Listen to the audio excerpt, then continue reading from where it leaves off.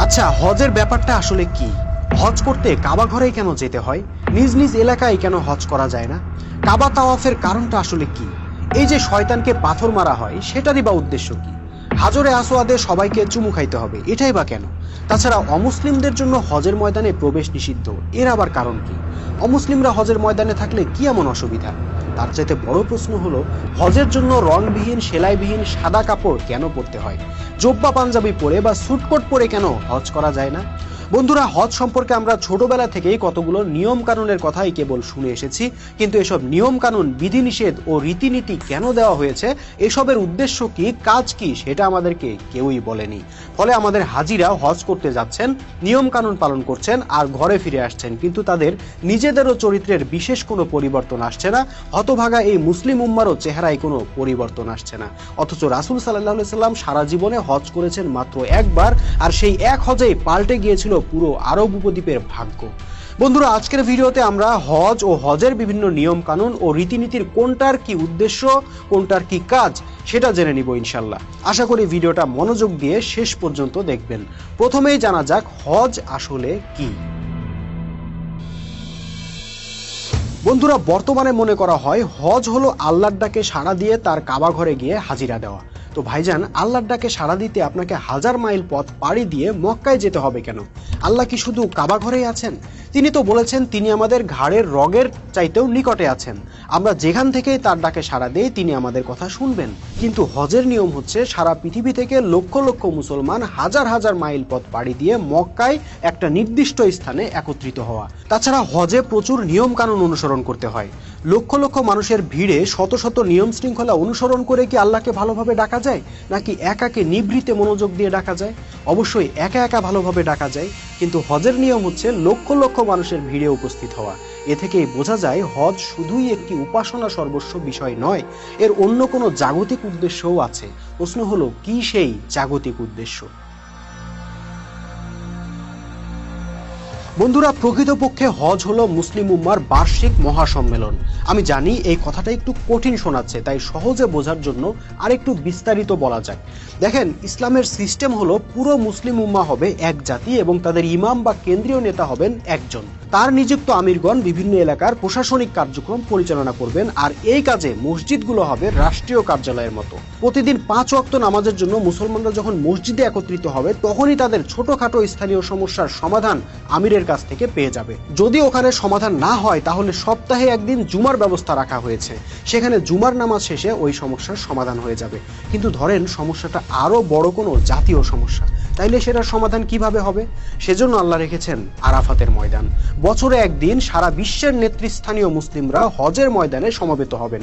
সেখানে মুসলিম বিশ্বের খলিফার সাথে রাজনৈতিক, কূটনৈতিক, সামরিক ইত্যাদি বিভিন্ন সমস্যা নিয়ে আলাপ আলোচনা হবে, পরামর্শ হবে, পরিকল্পনা হবে, সিদ্ধান্ত হবে। এরপর খলিফা তার হজের খুতবায় মুসলমানদেরকে দিক নির্দেশনা দিয়ে দিবেন, আর এভাবেই হজ হয়ে উঠবে জীবন্ত, প্রাণবন্ত। বন্ধুরা, বর্তমানে জাতিসংঘের সম্মেলনে কি হয়? সারা বিশ্ব থেকে শাসকরা জাতিসংঘে মিলিত হয়ে বৈশ্বিক সংকট নিয়ে আলাপ আলোচনা করেন ও সিদ্ধান্ত নেন। ইসলামও তো সার্বজনীন জীবন বিধান। কাজে সারা বিশ্বের মুসলমানরা যাতে বছরে একবার একত্রিত হয়ে আলোচনা পরামর্শ করে সিদ্ধান্ত নিতে পারে, সেজন্য আল্লাহ দিয়েছেন হজের বিধান। এখানে প্রশ্ন আসতে পারে, তাহলে হজ কি শুধুই একটা মহাসম্মেলন? এর সঙ্গে কি আধ্যাত্মিকতার বা পরকালের কোনো সম্পর্ক নেই? অবশ্যই আছে। বন্ধুরা, এতক্ষণ যেটা বললাম সেটা হলো হজের জাগতিক পার্ট, কিন্তু এর আরেকটা পার্ট আছে যা আধ্যাত্মিক, সেটা এই ভিডিওর শেষে বলা হবে ইনশাল্লাহ। আপাতত এখন জানা যাক হজের সময় কাবা তাওয়াফ করতে হয় কেন। আমরা সবাই জানি হজের অন্যতম একটা নিয়ম হলো কাবা ঘর তাওয়াফ করা। এই যে কাবা ঘর তাওয়াফ করা, এর মানেটা আসলে কি? এটা কি কখনো ভেবে দেখেছি আমরা? প্রকৃতপক্ষে কাবা ঘর হলো মুসলিম উম্মার ঐক্যের প্রতীক, আর এই কাবাকে কেন্দ্র করে সারা বিশ্ব থেকে আগত মুসলিম প্রতিনিধিগণকে তাওয়াফ করতে হয়, যার অর্থ হলো সারা বিশ্বের মুসলিমদের মনে, মগজে, চিন্তায়, চেতনায় গেঁথে দেওয়া যে তোমরা যেখানেই থাকো, পৃথিবীর যে প্রান্তেই থাকো, তোমরা কিন্তু এক উম্মা। তোমাদের কেবলা কিন্তু একটা, লক্ষ্য একটা, উদ্দেশ্য একটা, আর সেটা হলো সমস্ত পৃথিবীতে আল্লাহর হুকুম বিধান প্রতিষ্ঠা করে সমগ্র মানবজাতিকে ঐক্যবদ্ধ করা। সেই লক্ষ্য অর্জনের জন্য তোমাদেরকে নিরন্তর ছুটে চলতে হবে, থেমে যাওয়া যাবে না, স্থবির হয়ে যাওয়া যাবে না, এবং এই লক্ষ্যকে বাদ দিয়ে অন্য কোনো লক্ষ্য স্থির করে নেওয়া যাবে না। বন্ধুরা, হজের আরেকটা আনুষ্ঠানিকতা হলো শয়তানকে পাথর মারা। শয়তান তো পৃথিবীর কোনো নির্দিষ্ট একটা জায়গায় বসে থাকে না যে আপনি সেদিকে লক্ষ্য করে পাথর মারলেন আর সেই পাথরের আঘাতে সে মারা পড়ল। তারপরও হাজিদেরকে শয়তানকে লক্ষ্য করে পাথর মারতে হয়। প্রকৃতপক্ষে এটা একটা প্রতীকী বিষয় যা হাজিদেরকে অন্যায়, অসত্য ও ইবলিশের বিরুদ্ধে সদা সতর্ক থাকা ও প্রচেষ্টা চালিয়ে যাবার শিক্ষা দিয়ে থাকে। এই আনুষ্ঠানিকতা হাজিদেরকে প্রতিবাদের চেতনা শিক্ষা দেয়, অন্যায়কে রুখে দেওয়ার প্রেরণা যোগায়। হজের এই ময়দান থেকে নিজ নিজ এলাকায় ফিরে গিয়ে হাজিরা যাতে এভাবেই অন্যায় ও অসত্যের বিরুদ্ধে ফুঁসে ওঠে, শয়তানের সাথে কখনো আপোষ না করে, সেটাই এই আনুষ্ঠানিকতার মূল শিক্ষা। কিন্তু কালো পাথরে চুমু খাওয়া কেন? বন্ধুরা, হাজরে আসওয়াদ বা কালো পাথরে চুমু খাওয়ার পেছনেও কারণ আছে, উদ্দেশ্য আছে। এই পাথরের আলাদা কোনো ক্ষমতা নেই যে এই পাথরের চুমু খেলে তা আপনার কোনো উপকার করবে কিংবা চুমু না খেলে কোনো ক্ষতি হবে। কিন্তু তবু কেন এই পাথরে চুমু খেতেন সাহাবীরা?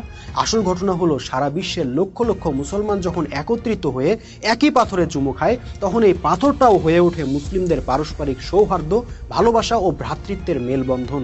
দুইজন ব্যক্তি যদি এক প্লেটে খাবার খায়, আমরা সেটা দেখে বুঝে নেই তাদের বন্ধুত্ব কতটা গভীর। একইভাবে এই উম্মার ঐক্যের জন্য ও সংহতির জন্য একটা পাথরকে পর্যন্ত আল্লাহ কাজে লাগিয়েছেন, যাতে একই পাথরে চুমু খাওয়া মুসলিমরা বুঝতে পারে তারা একে অপরের কতটা আপন, কতটা ঘনিষ্ঠ। বন্ধুরা, সাহাবীদের যুগে যখন হজ হতো, মক্কার নির্দিষ্ট এলাকায় কোনো অমুসলিম ব্যক্তি প্রবেশ করতে পারতো না। আজকের যুগেও দেখবেন মক্কায় নির্দিষ্ট একটা এলাকা অমুসলিমদের জন্য নিষিদ্ধ। কিন্তু এর কারণ কি? অমুসলিমরা মুসলিমদের হজের দৃশ্য, নামাজের দৃশ্য এসব দেখলে অসুবিধাটা কোথায়? আসলে এই নিষেধাজ্ঞার অন্য কারণ আছে। আগেই বলেছি, হজ ছিল মুসলিম উম্মার বার্ষিক মহাসম্মেলন। যেহেতু হজের সম্মেলনে মুসলমানদের অনেক ইন্টারনাল বিষয় থাকবে, যেমন প্রতিরক্ষা বা ডিফেন্স বিষয়ে আলোচনা, সিদ্ধান্ত হবে, এবং এসব তথ্য যদি অন্যদের কাছে পৌঁছে দেয় তাহলে তো মুশকিল। সেজন্যই হজের ময়দানে অমুসলিমদের প্রবেশ নিষিদ্ধ। অনেকটা আধুনিক যুগের ক্যান্টনমেন্টগুলোতে যেমন সবার প্রবেশাধিকার থাকে না, একমাত্র ডিফেন্সের লোকেরাই প্রবেশ করতে পারেন, ঠিক তেমনি হজের ময়দানও সবার জন্য উন্মুক্ত নয়। বন্ধুরা, এখানেই হজের আধ্যাত্মিকতার দিক সম্পর্কিত। দেখুন, ইসলামের সকল আমলেরই দুইটা দিক আছে, একটা জাগতিক আর একটা আধ্যাত্মিক।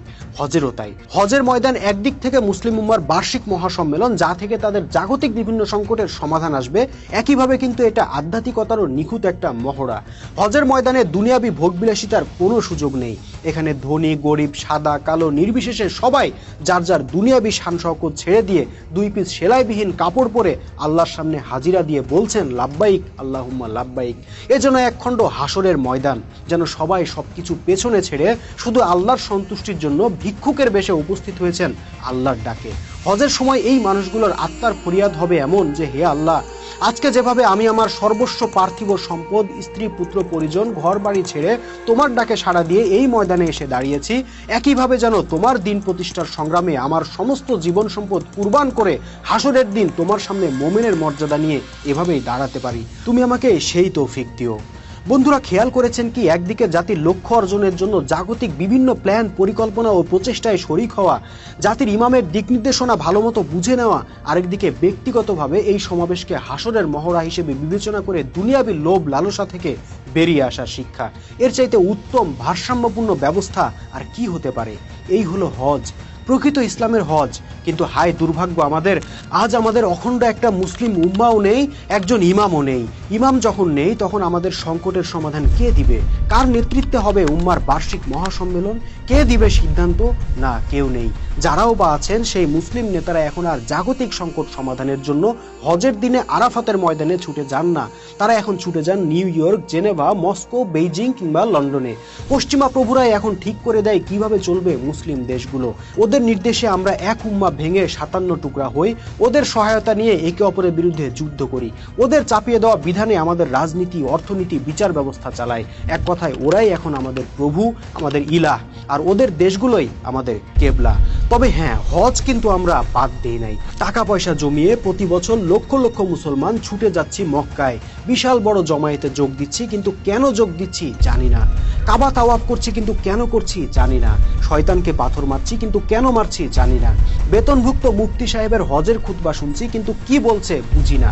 সেলাইবিহীন কাপড় পরে সাফা মারওয়ায় দৌড়াদৌড়ি করছি, কিন্তু কেন করছি জানি না। শুধু জানি হজ করতে যাইতে হবে, গেলে অনেক সওয়াব হবে, দেশে ফিরলে সবাই হাজী সাহেব বলবে ইত্যাদি।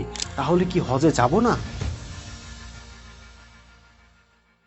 বন্ধুরা, হজ ইসলামের অবশ্য পালনীয় একটা ফরজ বিধান, তাতে কোনো সন্দেহ নাই। সুতরাং কাউকে হজে যেতে নিরুৎসাহিত করার প্রশ্নই ওঠে না। আমি শুধু এটাই বোঝাতে চেয়েছি যে রাসূল সাল্লাল্লাহু আলাইহি সাল্লাম ও সাহাবীদের যুগে যেভাবে হজ অনুষ্ঠিত হতো, যে লক্ষ্যে হজ অনুষ্ঠিত হতো, ওই হজ আর বর্তমানের এই হজে আকাশ পাতাল পার্থক্য। বর্তমানে চলছে প্রাণহীন, উদ্দেশ্যহীন আচার অনুষ্ঠান সর্বস্ব একটা আনুষ্ঠানিকতা। পক্ষান্তরে প্রকৃত ইসলামের হজ ছিল জীবন্ত, প্রাণবন্ত, গতিশীল ও ইতিহাস সৃষ্টিকারী একটা আমল। প্রশ্ন হলো, সেই হজ কিভাবে ফিরে আসবে? হ্যাঁ বন্ধুরা, সেই প্রকৃত ইসলামের জীবন্ত হজকে ফিরে পাবার উপায় একটাই, পুরো জাতিকে তাওহীদের ভিত্তিতে একজন ইমামের নেতৃত্বে ঐক্যবদ্ধ করতে হবে। যেদিন মুসলিম জাতি হবে একটা, নেতা হবেন একজন, হুকুম চলবে আল্লাহর, সেদিন এক হজেই পুরো উম্মার চেহারা পাল্টে যাবে ইনশাল্লাহ। সেই লক্ষ্য অর্জনে জানমাল দিয়ে সংগ্রামে নামতে আপনি কি প্রস্তুত? হোয়াটসঅ্যাপ নাম্বারে নক দিয়ে আপনার মতামত জানাবেন আশা করি।